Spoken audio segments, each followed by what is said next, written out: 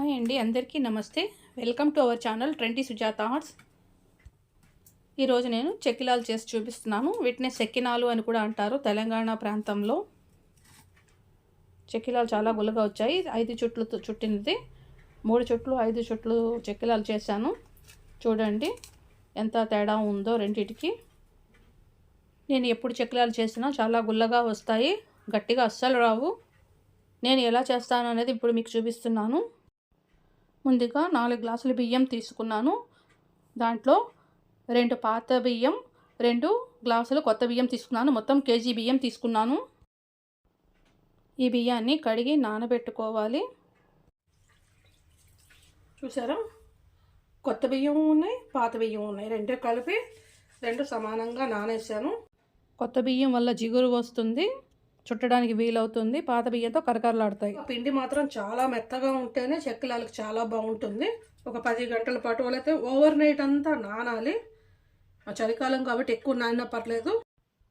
అదే వేసవికాలం అయితే నానవేసిన తర్వాత నీళ్ళని మారుస్తూ ఉండాలి, లేకపోతే అవి వాసన వస్తాయి. బియ్యాన్ని నానవేసాను. నేను బియ్యాన్ని 15 గంటల కంటే ఎక్కువసేపే నానబెట్టాను. శీతాకాలం కాబట్టి ఒకసారి నీళ్లు మారిస్తే సరిపోతుంది. అదే వేసవికాలం అయితే 2 సార్లు నీళ్ళను మార్చాలి. ఈ బియ్యాన్ని మరొకసారి కడిగి వడగట్టుకోవాలి చూపించిన విధంగా. చిల్లులు పళ్ళెల్లో కానీ ఇలా జాలి గిన్నెలో కానీ వేస్తే నీళ్ళన్నీ ఓడిపోతాయి. ఒక అరగంట తర్వాత దాన్ని ఒక క్లాత్ మీద వేసుకోవాలి. నీడలోనే క్లాత్ మీద వేసుకొని ఒక అరగంట పాటు వదిలేస్తే నీళ్ళని పీల్చుకుంటుంది క్లాత్.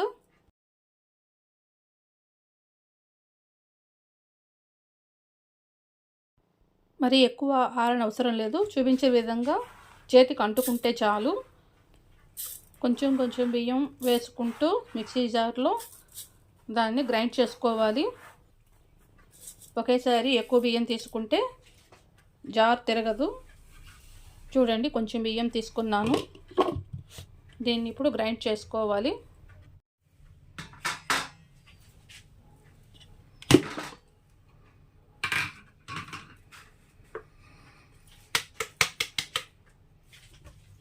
గ్రైండ్ చేసిన పిండిని జల్లించుకోవాలి.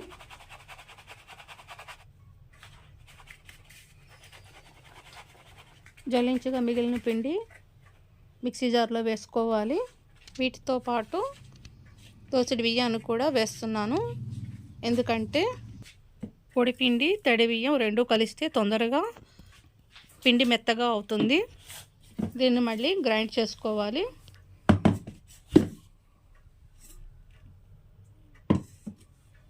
గ్రైండ్ చేసిన ఈ పిండిని మళ్ళీ జల్లించుకోవాలి. మిగిలిన నూకల్ని తడి బియ్యాన్ని మళ్ళీ కలిపి మొత్తం బియ్యం అంతటిని కూడాను మెత్తగా పిండి పట్టుకోవాలి. ఇప్పుడు నేను జల్లిస్తున్న జల్లెడతో మరీ మెత్తగా రాదు, అందుకోసం 2-3 జల్లెళ్ళని వేస్తున్నాను. దీనికన్నా మెత్తటి జల్లెడ మీ దగ్గర ఉన్నట్టయితే ఒకసారి జల్లెడ పట్టుకుంటే సరిపోతుంది. పిండి జల్లించుకున్న తర్వాత గట్టిగా నొక్కి పెట్టి ఉంచాలి, పిండి ఆరిపోకుండా. తర్వాత ఒక గుప్పెడు వాము తీసుకొని చేతుల్లో వేసుకొని చూపించిన విధంగా నలుపుతూ పిండిలో వేసుకోవాలి. ఒక స్టీల్ గిన్నె తీసుకొని దాంట్లో 1.5 స్పూన్ సాల్ట్ని వేసుకొని కొంచెం నీళ్లు వేసుకొని దాన్ని కరగబెట్టి పక్కన పెట్టి ఉంచుకోవాలి. చెక్కిలాలు చేసేటప్పుడు సాల్ట్ని డైరెక్ట్గా ఎప్పుడు వేయకూడదు, నీటిలో కరగబెట్టి వేయాలి. ఇదొక టిప్. తర్వాత 2 గుప్పెళ్ళ తెల్ల నువ్వుల్ని వేసాను. చెక్కిలాల్లో నువ్వుల టేస్ట్ చాలా బాగుంటుంది. తర్వాత 40 గ్రాముల బటర్ని కరగబెట్టి ఈ పిండిలో కలపాలి. బటర్లో కూడా కొంచెం సాల్ట్ ఉంటుంది, అందుకోసం సాల్ట్ని చూసి వేసుకోవాలి. ఇంట్లో చేసిన ఫ్రెష్ వెన్న కూడా వేసుకోవచ్చు, అది మీ ఇష్టం. కరగబెట్టిన సాల్ట్ వాటర్ను కూడా దీంట్లో వేసుకొని పిండిని కొంచెం కొంచెం నీళ్లు కలుపుకుంటూ కలపాలి. నానబెట్టి మిక్సీ చేసిన పిండి కాబట్టి ఎక్కువ వాటర్ పట్టదు. ఒకేసారి ఎక్కువ నీళ్లు కలపకుండా జాగ్రత్తగా కలపాలి. పిండిని చూపించిన విధంగా కలుపుకోవాలి, గట్టిగానే ఉండాలి.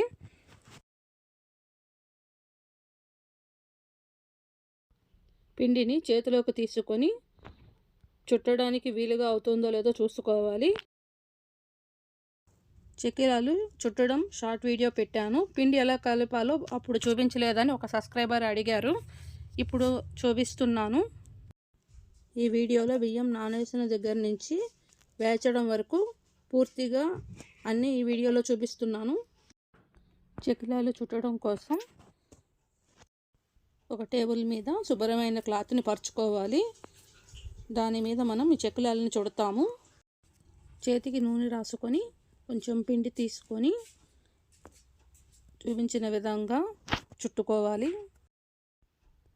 చెక్కిలాలకి మధ్యలో గ్యాప్ ఉండడం కోసం నేను ఒక సీసా మూతని తీసుకొని మధ్యలో పెట్టి దాని చుట్టూ చుడుతున్నాను. గాజు పెట్టి కూడా చుట్టుకోవచ్చు. మీకు చిన్న చెక్కిలాలు చేయాలి అనుకుంటే మధ్యలో గ్యాప్ తక్కువగా ఉండడానికి చిన్న మూతని వాడచ్చు, లేకపోతే చిన్న గాజుని వాడచ్చు. దానివల్ల చిన్న చెక్కిలాలు వస్తాయి. నేను జాయింట్ చేయడం చూపిస్తున్నాను. ఇప్పుడు చూడండి, అక్కడతో పిండి అయిపోయింది. అక్కడి నుంచి మళ్ళీ పిండి తీసుకొని జాయింట్ చేస్తూ మళ్ళీ చుడుతున్నాను. ఎక్కడి నుంచి చుట్టడం మొదలు పెట్టానో అక్కడతోనే ఎండ్ చేశాను. చూడండి, ఇక్కడతో క్లోజ్ చేసేయాలి. ఇక్కడతో స్టార్ట్ చేసాం కదా మనం, ఇక్కడతో క్లోజ్ చేయాలి. మూతని తీస్తున్నప్పుడు చెక్కీలను కదలకుండా జాగ్రత్తగా తీయాలి. ఆ మూతని పక్కన పెట్టి రెండిటికి మధ్య గ్యాప్ చూసుకోవాలి. చూసుకున్న తర్వాత చుట్టడం స్టార్ట్ చేయాలి. మూత కదలకుండా దాని మీద చెయ్యి పెట్టి చుట్టుకోండి, ఎందుకంటే ఫస్ట్ టైం చేసినప్పుడు మూత కదిలిపోతూ ఉంటుంది. పిండిని నొక్కుతూ చుడుతూ ఉండాలి, అప్పుడు మెలిక వస్తుంది. చెక్కినాలు పోసిన వాటికంటే చుట్టినవి చూడడానికి అందంగా ఉంటాయి, బాగా వేగుతాయి. ఇక్కడితో చేతిలో తీసుకున్న పిండి అయిపోయింది. అక్కడి నుంచి జాయింట్ చేసి కంటిన్యూషన్ చేస్తున్నాను.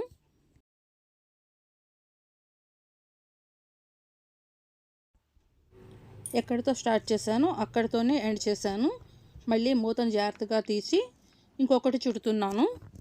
చూడండి,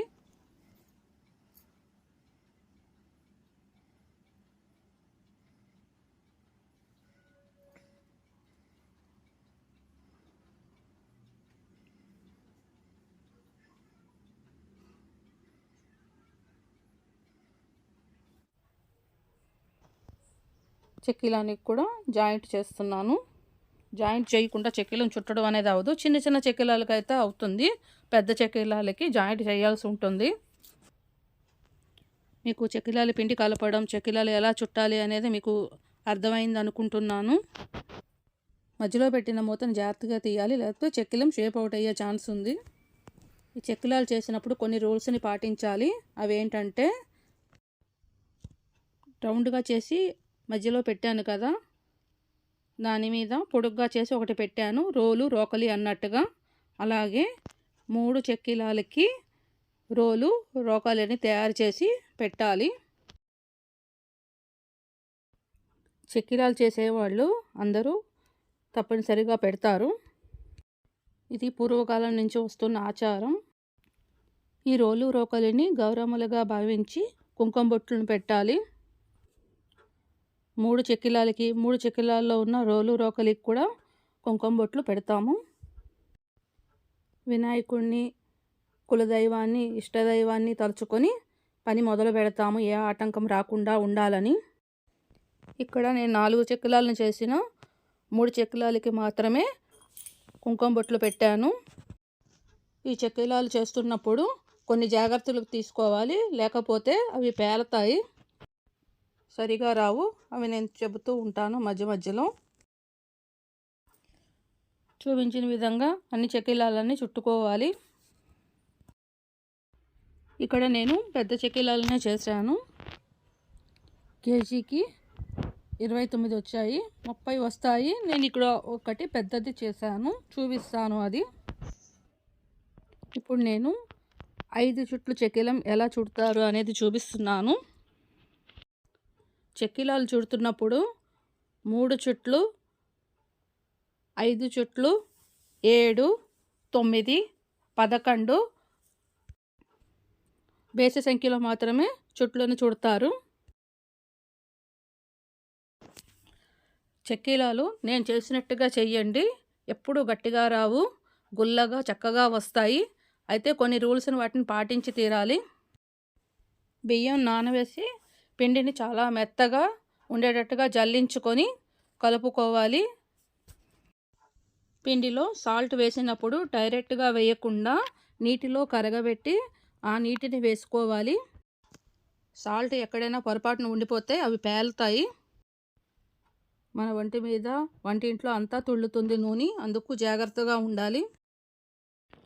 చెక్కిలాలు గుల్లగా ఉండాలి అంటే వెన్న వేయాలి. గుల్లగా వస్తాయి కదా అని ఎక్కువ వెన్న వేయకూడదు. చెక్కిలం టేస్ట్ పోయి మాడు వాసన వస్తాయి.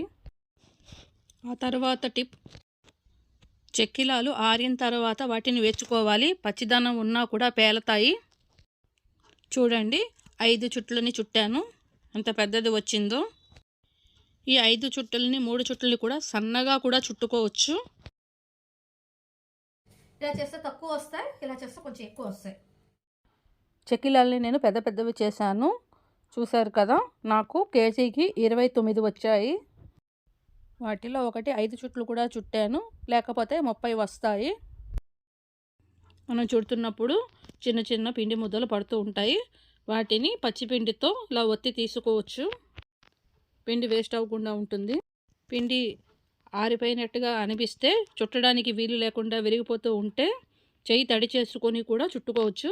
ఇప్పుడు నేను వేసుకున్న గాజుని పెట్టి చుట్టడం చూపిస్తున్నాను. ఇంకొకసారి చుట్టడాన్ని చూసేయండి. మీరు మొదటిసారి చుడుతున్నప్పుడు ఒక చేత్తో గాజుని పట్టుకొని ఇంకొక చేత్తో చుట్టండి. చుట్టడం ఈజీ అవుతుంది. చూడండి జాయింట్ ఎలా చేయాలో చూపిస్తున్నాను. ఇలా జాయింట్ చేసుకుంటూ ఎన్ని చుట్లైనా చుట్టవచ్చు. మనకు పెద్ద చెక్కిలం కావాలి అనుకుంటే మధ్యలో గ్యాప్ ఎక్కువగా ఉండే పెద్ద గాజును పెట్టుకుంటే పెద్ద చెక్కిలం వస్తుంది. చెక్కిలాలు చేస్తున్నప్పుడు లావుగా చేస్తే తక్కువ చెక్కిలాలు వస్తాయి, కొంచెం సన్నగా చేసుకుంటే ఎక్కువ చెక్కిలాలు వస్తాయి. కానీ అవి తొందరగా విరిగిపోతాయి, చూసుకోవాలి. వాడే నూనె అస్సలు వేయకూడదు చెక్కిలాలకి. పొయ్యి మీద మూకుడు పెట్టుకొని నూనెని వేసుకోవాలి. నూనె కాగిన తర్వాత చెక్కిలాలు ఆరిపోయిన తర్వాత క్లాత్ మీద వేసిన చెక్కిలాన్ని ఈ ప్లేట్తో తీసాను. మెల్లిగా వేసుకోవాలి. మామూలుగా అయితే ఒక్కొక్కటే వేచాలి. ఈ రోలు రోకలి రెండిటితో సహా వేస్తాను. ఫస్ట్ చేసినవి దేవుడికి పెట్టడం కోసం 3 ఒకేసారి వేస్తున్నాను. ఒక్కొక్కటి వేసుకోవాలి, లేకపోతే ఒకటిదానికి ఒకటి తగిలి షేప్ అవుట్ అవుతాయి.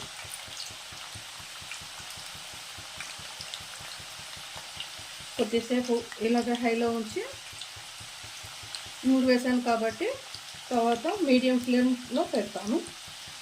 మీడియం ఫ్లేమ్లోనే వేచాలి. ఇవి ఒక్కొక్కటే వేచాలి, అప్పుడే అవి టేస్ట్గా ఉంటాయి, బాగా వేగుతాయి. దేవుడికి అని చెప్పి నేను మొదట 3 వేసేసాను నైవేద్యం పెట్టడం కోసం. వాటిని వెంటనే కలపకూడదు, కొంచెం వేగిన తర్వాతే కలపాలి.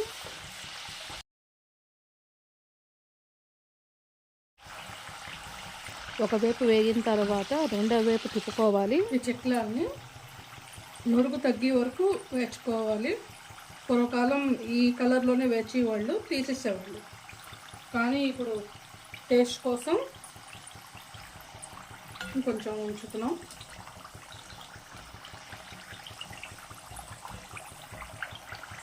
కొంచెం కలర్ వస్తే బాగుంటాయి, టేస్ట్గా ఉంటాయి, చూడ్డానికి కూడా బాగుంటాయి.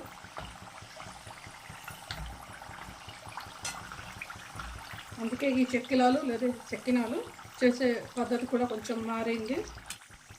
ఈ చెక్కిలాలు చేస్తున్నప్పుడు సాల్ట్ నీటిలో కరిగించి మాత్రమే వేయాలి. అది కరగాలి. మెయిన్ కరగకపోతే అవి పేలుతాయి. తర్వాత పచ్చిదనం ఉన్నా కూడా పేలుతాయి. అందుకోసం చాలా జాగ్రత్తగా చేస్తూ ఉంటారు.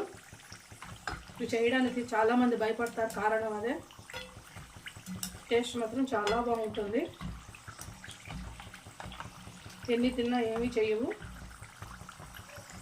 ఎందుకంటే వాడిన నూనె అసలు వాడరు కాబట్టి. అంతేకాదు ఈ నూనె కూడా ఎక్కువ ఫ్లేవర్ ఏమీ లేని నూనె వాడాలి. నేను ఫార్చ్యూన్ నూనె వాడుతున్నాను. ఆవ నూనె అలాంటి నూనెలు అస్సలు వాడకూడదు వీటి కోసం. ఫ్లేవర్ లేని నూనె అయితే బాగుంటుంది. అప్పుడు చెక్కిలం టేస్ట్ కరెక్ట్గా తెలుస్తుంది. చెక్కిలాలకి వేపు కరెక్ట్గా ఉండాలి. అప్పుడే అవి టేస్ట్గా ఉంటాయి. అయిపోయాయి, చేస్తున్నాను. కొంచెం ఈ మాత్రం వేపు ఉంటేనే బాగుంటాయి. కొంచెం తగ్గించి కూడా చేసుకోవచ్చు, అది మీ ఇష్టం. పూర్వకాలం అయితే ఇంకా తగ్గించి చేసేవారు.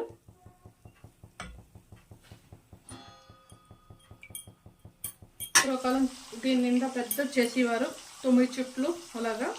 కాబట్టి ఒక్కటి వేసినా వాళ్ళకి కలిసి వచ్చేది. ఇప్పుడు మరి ఇంత నూనెలో మనకి ఇది ఒక్కటి ఇలా వేయాలి అంటే మనకి కొంచెం కష్టం అనిపిస్తుంది. ఈ చెక్కిలాలు వేయించడానికి చాలా ఓపిక ఉండాలి. చాలా టైం టేకింగ్. ఒక రోజంతా పని ఇది. బియ్యం నానేయాలి. బియ్యం నానేసిన తర్వాత మధ్య మధ్యలో నీళ్లు మార్చుకుంటూ ఉండాలి. మళ్ళీ కడిగి వాటిని బియ్యం పొడి చేసుకోవాలి. తడి ఆరిపోకుండానే వాటిని కలపాలి. కలిపిన తర్వాత వాటిని చుట్టుకోవాలి. చెక్కిలాలు అన్నీ చుట్టుకున్న తర్వాత పచ్చిదనం లేకుండా ఆరిన తర్వాత ఒక్కొక్కటి వేచడం మొదలు పెట్టాలి. ఒక రోజంతా అయిపోతుంది. అందుకోసం ఇది చేయడానికి చాలామంది వెనకడతారు. లేకపోతే మాత్రం చాలా బాగుంటాయి. ఇప్పటి వరకు మీరు చెక్కలం వేచడం చూశారు కదా. తీయడం ఎలాగో చూపిస్తున్నాను. క్లాత్ మీద ఉన్న చెక్కిలాన్ని ప్లేట్తో చూపించిన విధంగా తీయాలి. ఈజీగా వస్తుంది. తీసిన చెక్కిలాన్ని నూనెలో వేసుకొని వేచాలి. వేచిన తర్వాత నూనె ఓడే వరకు ఉంచి దాన్ని ప్లేట్లో పెట్టుకోవాలి. ఇప్పుడు నేను 5 చుట్లు చుట్టిన చెక్కిలాన్ని వేచుతున్నాను. చూడండి. ఒకవైపు వేగిన తర్వాత రెండో వైపు నెమ్మదిగా తిప్పాను. మరి ఎక్కువ కలర్ వచ్చినా బాగుండదు కదా, అందుకే తీసేస్తున్నాను.